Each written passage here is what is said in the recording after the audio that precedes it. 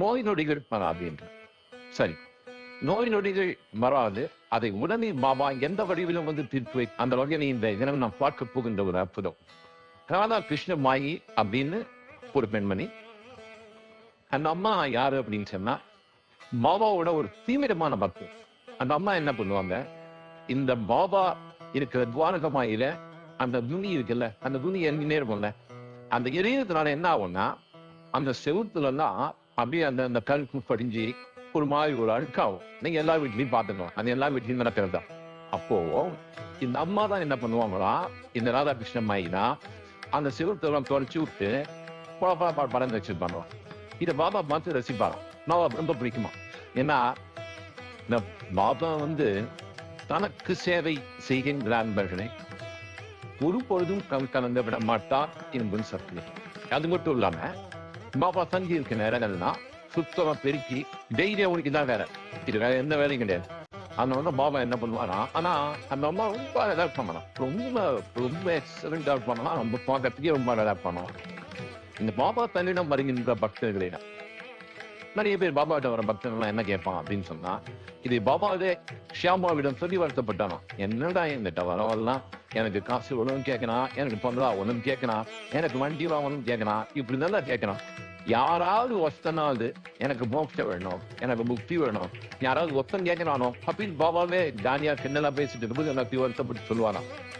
ஆனால் அப்படிப்பட்ட பாபாவிடம் எந்த விதமான பிரதிபலனும் எதிர்பாராங்க. எனக்கு பாபா டேந்து எனக்கு இது வேணும் அது வேணும்னு எதையுமே கேட்காம அந்த அம்மா சர்வீஸ் பண்ணியிருந்தாங்களாம். இதை பாபா பார்த்து சந்தோஷப்பட்டு இருந்தாங்க. ஒரு நாள் என்னாச்சு, பாபா தன்னை தேடி வருகிற பக்தர்கள் எல்லாத்தையும் திரும்ப பண்ணுவாராம். என்ன காசு ஆசை பிடிச்சவங்க வராங்கன்னு நினைச்சுக்கோங்களேன், ரொம்ப எனக்கு நிறைய பணம் வேணும், நான் செல்வம் தரானும்னு அப்படின்னு நினைச்சுன்னு வராம பாபா என்ன பண்ணுவாராம், 2 காசு கொடுப்பாரு. இந்த 2 காசு பாபா கொடுக்குற தத்துவம் என்னன்னா, நமது வாழ்க்கையில 2 விஷயம் ரொம்ப முக்கியம். ஒண்ணு நம்பிக்கை, ஒண்ணு பொறுமை. எதுவா இருந்தாலும் நமக்கு நம்பிக்கை வேணும். அது கடவுள் நம்பிக்கை, நம்ம உழைப்புற நம்பிக்கை. கண்டிப்பா நம்ம ஒரு குறிக்கோட ஏன் இருக்கு அப்படின்னு சொன்னா அதை செயல்படுத்துவதற்கு இறை நம்பிக்கை அவசியம் வேண்டும். அதுக்காக தான் பாபா சொல்றது நம்பிக்கை, பொறுமை. இதுதான் பாபா சொன்னார். அதனால 2 காயும் கொடுப்பாங்க, கொடுத்தவங்க திருத்த பாப்பாரா. இப்போ இந்த ராதா கிருஷ்ணம்மாய்க்கு இப்ப இதுல என்ன சார் வருது அப்படின்னு சொன்னா, சில பேர் இந்த பெண்ணா ஜீரோ வரான் பாத்தீங்களா, அவனை பாப்பா பார்த்தோன்னே தெரிஞ்சிடுவான். தெரிஞ்சு என்ன பண்ணுவாரா, நீ சும்மா ராதா கிருஷ்ணம்மாய் வீட்டுக்கு சும்மா போயிட்டு வா, நாளைக்கு காத்தால வந்து என்ன பாரு அப்படின்னு சொல்லுவான். அவன் திருத்திட்டு பாபா டிப்ஸ் பண்ணுவான். இது மாதிரி நம்ம பாபாவுடைய அப்பு நம்பர் விளையாடுறது ரொம்ப ஜாஸ்தி ஷீரடிங்க. அவள் எந்த பொண்ணு அவன் மாதிரி இப்ப ராதா கிருஷ்ணம்மாய் வீட்டுல இருந்த போது என்ன பண்ணாராம், பாபா ஒரு நாள் மத்தியானம் ராதா கிருஷ்ணம்மாய் வீட்டுக்கு போறான். ராதா கிருஷ்ணம்மாய்க்கு ஆச்சரியமாயிடுச்சான். வந்தவொடனே ஒரு கையும் ஓடல காலம் ஓடல. பெரிய தெய்வம் வீட்டுக்கு வந்து என்னென்ன பண்ண முடியும், கையும் ஓடல காலம் ஓடல. அங்க வந்து ஒரு 2-3 பேர் இருந்தாராம். பாபா வந்து என்ன பண்ணாரா, அந்த 2-3 பேரை போட்டு எனக்கு வந்து ஒரு ஏழி கொண்டு வாங்க அப்படின்னு சொன்னான். இவருக்கு ஒண்ணுமே புரியுங்க, என்னடா திடீர்னு பாபா ஏன்னு கேட்கிறாரு. ஆனா யாரு போய் பாபாட்ட போய் ஏன் கேட்கிற நீ அப்படின்னு கேட்க முடியாது. ஏன்னா பாபா எப்பொழுது எதை செய்வார் என்று யாருக்கும் தெரியாது. ஆனால் எதை செய்தாலும் அதுல ஒரு முக்கியமான காரணம் இருக்கும், அதுல ஒரு நல்லது நடக்கும் அப்படின்னு எல்லாருக்கும் தெரியும். அதனால யாரும் பேச மாட்டாங்க, பாபா சொன்னது செஞ்சிருவாங்க. இப்ப என்ன பண்றாரா, எனக்கு ஒரு ஏணி வேணுமே அப்படின்னு கேட்டான். உடனே இந்த பக்கத்துல இருந்த 3 பேர் என்ன பண்ணாங்கன்னா, நான் ஒண்ணு பாபா அப்படின்னு சொல்லிட்டு போய் ஒரு ஏணிய கொண்டு வந்து வச்சாங்க. இப்போ இந்த ஏணியை கொண்டு வந்தா பாபா என்ன தரும் அப்படின்னா, நீ என்ன பண்ற, இந்த ஏணியை கொண்டு இந்த ராதா கிருஷ்ணமாயி வீட்டு செவரு அப்படிங்கிற அந்த வெடி செவரு, அந்த காம்பவுண்ட் வால் மாதிரி இருக்குமே, அது மேல சாட்சி வைக்காம. இவங்களுக்கு ஒண்ணுமே புரியலையா. சரி ஏணி கொண்டு வர சொன்னாரு. இவங்க என்ன நினைச்சாங்க, சரி ஏதோ ஒரு வேலை போடுது, நம்ம ஏதோ பாபா ஏறி மேல ஏறி வேலை செய்ய சொல்ல போறாரு போடுது அப்படின்னு தான் நினைச்சாங்க. இந்த ஏணிய ராதா கிருஷ்ணமாயி வீட்டு செவரு மேல சாட்சி வைனா அப்படின்னா ஏறி போற மாதிரி. உங்களுக்கு தெரியல, ஏணி அப்படி ஸ்டாண்டிங்கா அப்படி வைக்கிறாங்க. இவங்க என்ன பாக்குறாங்க, ராதா கிருஷ்ணமாய்க்கு ஒண்ணுமே புரியல. சரி ஏதோ பாபா பண்றாரு, ஏதோ விஷயம் இருக்கு அப்படின்னு. திடீர்னு என்ன பண்ணாங்க, பாபா அந்த ஏணி மேல ஏறாரு.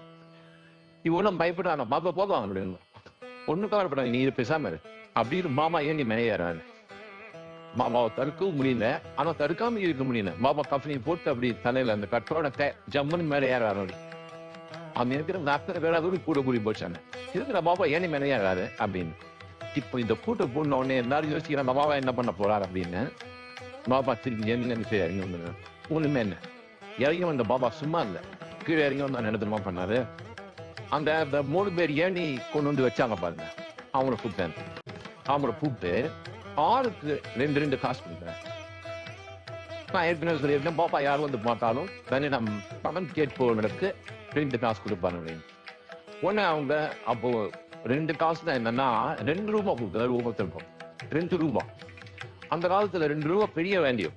அப்ப இந்த 3 பேர் என்ன சொல்றாங்க, பாபா என்ன பாபா நான் ரொம்ப சாதாரண காரியம் பண்ணிடுவோம், ஒரு 7 எப்போ வந்து வச்சிருக்கோம், இதுக்கு போய் எங்களுக்கு எதுக்கு பாப்பா 2 ரூபா, அவ்வளவு காசு கிடையாது, 2 ரூபா அவ்வளவு பெரிய விஷயம். அப்போ உடனே பாபா சொன்னா, இந்த பிச்சைக்காரனுக்காக யாரும் கஷ்டப்படக்கூடாது.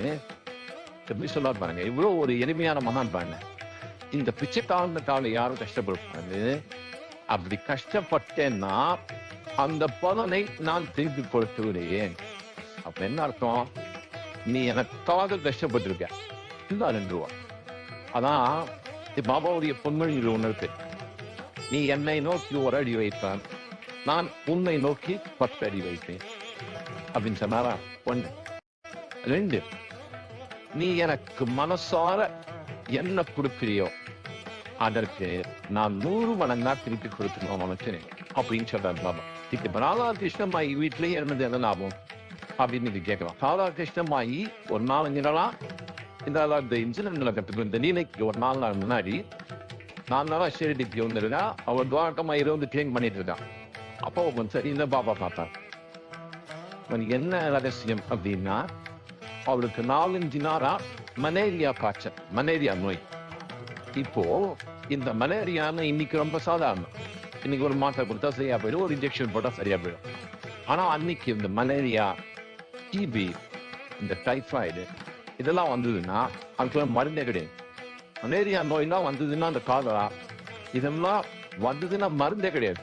அதனால அப்படிப்பட்ட நோய் காட்டிய அந்த ராதாகிருஷ்ணமாயி வீட்டுக்கு போய் ஏணி மேல ஏறி அப்படி அந்த பக்கத்து வீட்டுக்கு போயிட்டு அப்படி இந்த வீட்டை சுத்தி அப்படி இறங்கி வந்ததுனால என்ன ஆச்சு தெரியுமா, அந்த நொடியிலே அவளுக்கு அந்த மலேரியா நோய் சரியான.